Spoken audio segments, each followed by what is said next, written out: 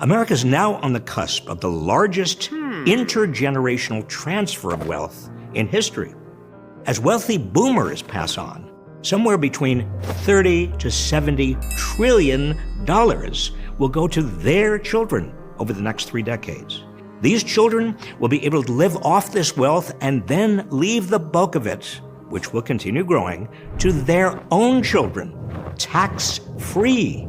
After a few generations of this, almost all of America's wealth could be in the hands of a few thousand families. Concentrated wealth is already endangering our democracy. Wealth doesn't just beget more wealth, it begets more power. Dynastic wealth concentrates power in the hands of fewer and fewer people who can choose what nonprofits and charities to support and which politicians to bankroll.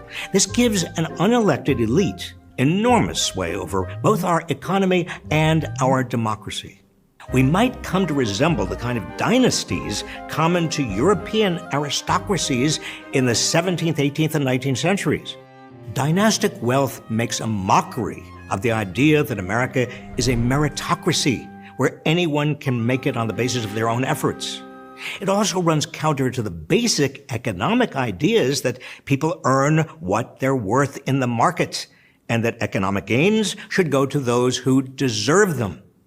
Finally, wealth concentration magnifies gender and race disparities because women and people of color tend to make less, save less, and inherit less.